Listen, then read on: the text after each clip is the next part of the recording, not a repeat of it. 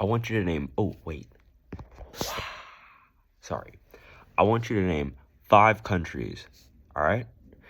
Wait. No. Wait. I'll give you 3 seconds. Actually, no. I'll give you 5 seconds. All right. Five, four.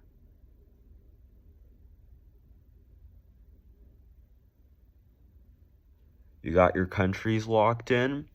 All right, go ahead.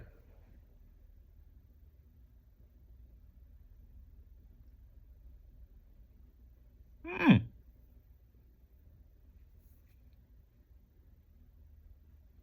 Okay. So I guarantee you, the country you did not name was Faroe Islands. And also, maybe it wasn't Ethiopia. Today's album of the day is Hailu Mergia and the Wireless Band album Tizita. And I got a lot to say. So, I'm Ethiopian, and this is very important to me because this is an Ethiopian jazz album.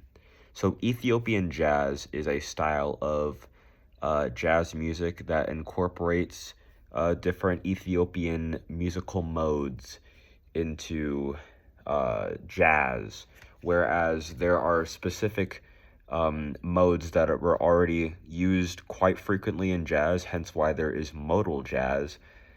Ethiopian jazz instead takes modes that are regional to their region, as opposed to obeying to the jazz rule of the specific modes.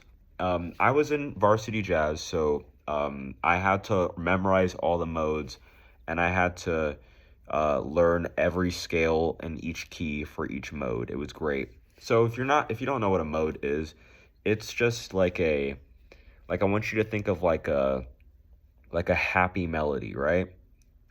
Each individual note is in a scale, and a scale, like a major scale, which is the ones that sound happy, I guess.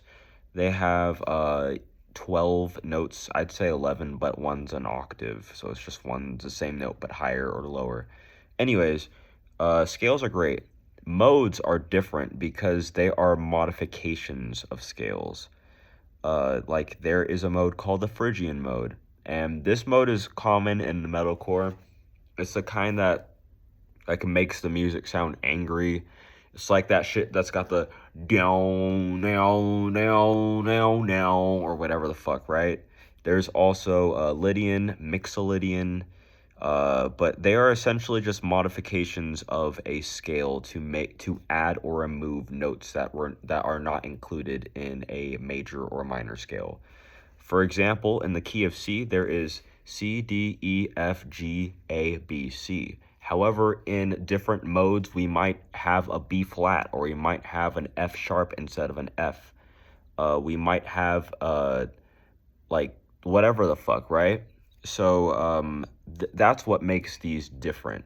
You will hear Mixolydian in blues a lot, but there are Ethiopian modes, and they are different, widely different than the modes that you would hear in jazz music or in modern Western music. So let's talk about this album. This album is very lo-fi. That's one of my favorite qualities of it. It just feels very nostalgic to me. And there are lots. And so here's the thing about Ethiopian scales. The Tizita scale is basically a pentatonic major scale, which means it has 5 notes in it. And it is easy to, like when people think of pentatonic, they think of like the Chinese Eastern Asian music, because that's what we are stereotypically as Western people uh perceive. That's what the media has had us perceive, like through films and television and and and racism and etc. But you'll find that like that's a very uncommon scale, especially in Japanese classical music and in Chinese classical music too. But what I would like to mention is that the pentatonic scale works perfectly for soloing, because it can be a major or minor key and it'll work perfectly. And basically, it's just like a pretty nice, mellow lo-fi jazz album that's got like really nice solos, mostly from the keyboardist Hailu Murgia. He's a great guy, by the way. Fucking love that guy.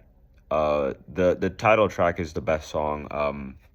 But yeah, I would recommend this to anyone that likes jazz or any improvisational music. Even if you like lo-fi music, you'll like this.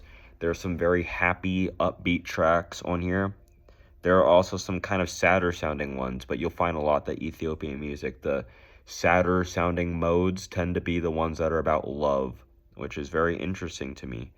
Um, I cannot speak Amharic, and one day I would love to, but this album makes me want to speak Amharic more than anything else in the world, just so that I can, like, read the Amharic on the back here.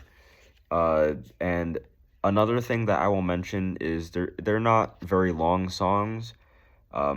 There's some good saxophone solos here and there, some good flute solos here and there. We've got a varied band, right? We've got a guitarist, a bass guitarist, drummer, keyboardist, um, trumpet player, sax player.